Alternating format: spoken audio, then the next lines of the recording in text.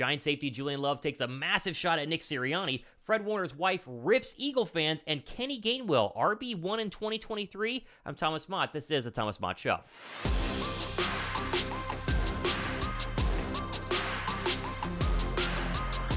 What's up, guys? Thomas Mott here. Welcome to the Thomas Mott Show on a Thursday. It's always so funny when people want to take shots at the Philadelphia Eagles. To me, it's fun. I like talking about it. But for everybody else, you kind of start to get tired of it. And yet, here we go today, jumping right in to Giant safety Julian Love, absolutely ripping Eagles head coach Nick Sirianni on Good Morning Football this morning. Here it is. Take a listen.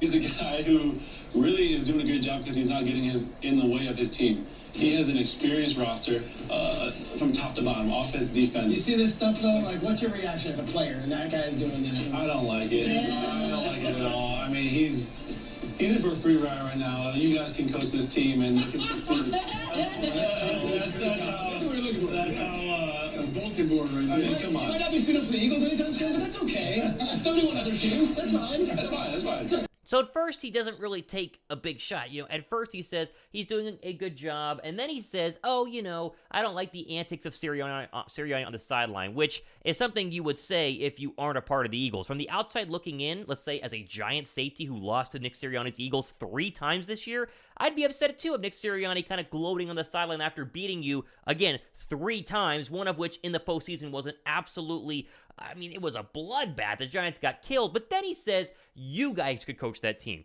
You guys could go ahead and be the Eagles head coach, and they would still win football games. Sirianni just along for the ride. This is one of the, I'd say, most exhausted hot takes in the NFL media today, especially with the Philadelphia Eagles. It's like, Jalen Hurts, he's only being successful because of the team that's around him. Nick Sirianni, only successful because of the team that's around him. Jonathan Gannon, only successful because of the team that is around him, and so on and so forth. And yet they never say these things about any of the other really good rosters in the National Football League. It's almost as if people are out there going, wow, Philadelphia is the best roster in football. That's completely unfair. I want to complain about it. And yet, you never hear anyone in the national media say, Andy Reid gets a free ride because he has Patrick Mahomes. Or, Tyreek Hill gets a free ride because he had Patrick Mahomes. Or, Bill Belichick got a free ride because he had Tom Brady, or vice versa. They never say that. They always say, Mahomes, Andy Reid, 2 of the best. They're absolutely fantastic. They work in tandem together. Brady, Belichick back in the day, 2 of the best. They work great in tandem together. You never hear anybody, even Sean McDermott, who's the head coach of the Bills, who you might even make the argument gets a free ride, or at least a pass. He loses a lot. They never say that. They say that about the Philadelphia Eagles because, for whatever reason, the national media and a lot of ex-players or current players, in Julian Love's case, don't like Philadelphia. The idea that Nick Sirianni is just along for the ride, and Nick Sirianni has no input on the offense, and Nick Sirianni really is not the driving force why the Eagles are so successful, is one of the dumbest and hottest takes that you'll see out there. And really it comes from someone who looks a little jealous. Now, Julian Love has a good head coach, sure, but he doesn't have good players around him, and you can make the argument that, Brian Daboll, he's just along for the ride because they have Daniel Jones and Saquon Barkley. It's just tired, really, really dumb, and kind of, childish in the case of Julian Love. Now, he's smiling, he's laughing, he's trying to get a hot take here, and guess what? You see the tweet from Elliott Shore Parks. It has, 211,000 views. Congratulations. But Julian, quit taking shots at the best team in football, the best roster in football that you lost to 3 times this year. And again, put to bed the idea that just because the Eagles are good means that anyone who's successful on the Eagles team is just a result of the fact that the Eagles team is good. It's the dumbest, most exhausted argument that's been out there in the National Football League so far this year. And I'll simply end by saying this: beat us. Go ahead. Beat us. You want Nick Sirianni to stop, having fun on the sidelines? You want Jalen Hurts to stop being in the MVP conversation? Beat us. You can't. No one has this year, except for a couple of games here and there. One with Jalen Hurts, and the rest without Jalen Hurts. You couldn't do it, so go ahead and cry about it. Thumbs up for the fact that Julian Love is jealous. Let's be honest. He's jealous that he's on a much lesser roster, a much lesser team, and wishes he was a part of the Philadelphia Eagles. It's a fact. Not to be outdone, though. Speaking of complaining about the Philadelphia Eagles, how about Sydney Warner? Now, quick little backstory here. Sydney Warner is the wife of 49er linebacker Fred Warner. Now, Fred Warner is one of the best linebackers in football, and Sydney Warner has a TikTok, as everybody does nowadays, although you shouldn't. TikTok bad. Anyway, she posted a TikTok that's gone viral saying, essentially, her experience being in Philadelphia and ripping the Philadelphia Eagle fans. It's a little long. We're going to watch it, maybe pause it here and there and react to it, but it's her getting ready in the morning, and if you aren't young and you don't understand understand how TikTok works, a lot of the TikTok videos you will see are people getting ready in the morning, putting their makeup on, brushing their teeth, doing their hair, telling you a story. That's what's happening, and you'll see on your screen here from Sydney Warner. Let's rewind it, play it, listen, and react. LOL at me wearing green. Like, I just rip it off. I just got it. It's cute. So I got back in town yesterday at around 12 o'clock. I left Philadelphia at 8 a.m. their time and got back here, San Francisco, at 12 p.m. our time. That was the longest flight of my life. I wanted to leave on Sunday night, but there was literally no flight, so I had to thug it out and stay until Monday morning, unfortunately. I will probably never go back to that stadium, to be honest. I guess you can just call me a wimp, but I couldn't handle the fans. Like, I'm 100% down for, like, riding for your team, like, hoorah, let's go team. I just didn't feel very safe. Fred told me not to wear any red. I did end up wearing a red bag, but I had to end up hiding it underneath my jacket. Pause for a second, okay? We got to the point where she says that she felt unsafe there. Fred is right. I said this to everyone that I knew, and when I was going to the game at the NFC Championship game, I told everybody there, if I was a Niner fan, I would at least have a jacket over my stuff whenever I was leaving the stadium, and she had just a red bag and was hiding it, so far so good. Let's keep going. Or, doing the FUs and the shoving and that whole thing, so I definitely covered it. But then I was at the concession stand, and this guy, saw it, and, he was drunk, so I'll give him that, but he got in my face, and this other Eagles fan saw it and was like, hey man, you gotta chill out. Their whole thing is intimidation, so I try my best just to not let it get to me, just stay stone-faced and just walk and let them throw stuff at you and say all the things. And Okay, first off, she says one specific fan, and another Eagle fan kind of pushed him back and made sure that he didn't get in her face. So we're talking about one fan here who was a little bit too drunk, which happens, by the way, at every single NFL and really college football game out there. Then she says people were throwing things at her, just kind of barely mentions that, moves on. I don't know if people were actually physically throwing stuff at her, but, benefit of the doubt, let's keep going. Get to where you're going, just block it out. So then we were leaving, and I wanted to leave before they let all of them out because they started riots and all that. So I wanted to leave early, so we did. And then there was this tunnel you had to walk through, and you were just surrounded. So you had to walk through it, and they were all around you, heckling you, yelling.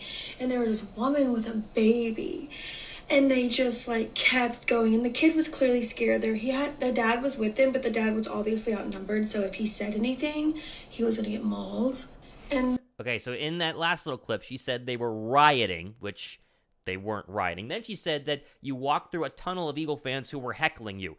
Where does that happens at every single NFL stadium? Well, are we just no other stadium ever heckles the opposing team or their players or their fans? Oh my goodness, keep going. The way they were just go home, and that's fine, I get it, go home, but, I hope your plane crashes? Listen, I'm all about passion, but never again. Okay, if you're telling her that her plane needs to crash, then that's obviously a problem. I get what she's saying here, but it seems to be a little over-dramatic in terms of, well, Philadelphia fans are just so terrible. Look, they were telling me that my plane needs to crash, and they were throwing things at me and getting in my face. It sounds like there was one guy who said your plane should crash. There was one guy who got in your face at the concession stand, and those people, were probably in the wrong. Probably a little bit too drunk, a little bit too amped up on the Eagles' win. I wouldn't agree with anything that they say there. But the idea that Philadelphia going to an Eagles game is this horrible, terrible, nasty place where you just get absolutely heckled, where it doesn't happen anywhere else in the National Football League, is utterly ridiculous. I can think back to 2009, Donovan McNabb's last game as an Eagle, Cowboys versus Eagles, NFC wildcard. I was there with my father. I'm 13, 14 years old. I wore my Eagles jersey. We got murdered that game. Walking out of Cowboy Stadium, I heard more vulgar insults thrown at me as a 13-year-old than anywhere else. The idea that it's just happening in Philadelphia is absolutely ridiculous. And by the way, I took my roommate Alex to the Eagle-Jaguar game. Big Jaguars fan, wearing his Jaguars stuff. and he got, heckled a little bit, but nowhere near as bad. If you're heckling back and it's a back and forth, then people are going to get rowdy. But if you're getting heckled, you say, hey man, just laugh and move on. It's not that big of a deal. To me, it seems like Sidney Warner is being a little bit dramatic in this instance. And as we continue to say, national media will take this and go, look how bad Philadelphia fans are, when in reality, this happens literally everywhere in the National Football League. If you guys agree with me, let me know. I think this is pretty darn obvious. Okay. Quickly, I do want to mention, we have 2 more days. Saturday is the day where I will choose the one lucky member of the channel to get the official Go Birds towel, the one you see up here from the conference championship game, the ones they were actually handing out at the Eagles Stadium this past Sunday. I got an extra one, and I'm giving it to one member of the show. If you have not become a member of the show, click the join button down below, become a member, a bunch of different levels, and if you're in the United States, you could be randomly selected. I only have one, so only one of you is going to get randomly selected, but you could be selected to win the Go Birds towel. What a great memento. You will never see another one of these because there's only one championship game that happened in 2023. Again, a bunch of you guys have signed up. A lot of you guys are entered to win this one. We'll see who wins it. I'll announce that one on Saturday. Okay, let's move over here quickly. Let's finish up with some other news. I want to quickly mention Kenny Gainwell, who we've not mentioned hardly at all here on the Thomas Mott Show. He has really picked it up, not only in the postseason, but I think is making a push to be RB1 in 2023 if Sanders were to leave. I don't think he should be. I think they should obviously re-sign Sanders or draft somebody, but Bleeding Green Nation, based off of Dave Spadaro, has a really good article about the emergence of Kenny Gainwell here. Let's pick it up on this line. Quote, then came the postseason, and oh boy, has Gainwell become a weapon. The rampage over the Giants, Gainwell ran and slashed and dashed and powered his way to a career-high 112 yards, including a 35-yard touchdown run. On Sunday against the 49ers, Gainwell picked up a team-high 48 yards on 14 rushing attempts. He also added 3 receptions for 35 big yards in the passing game. Gainwell has been a major factor, and the best might be yet to come.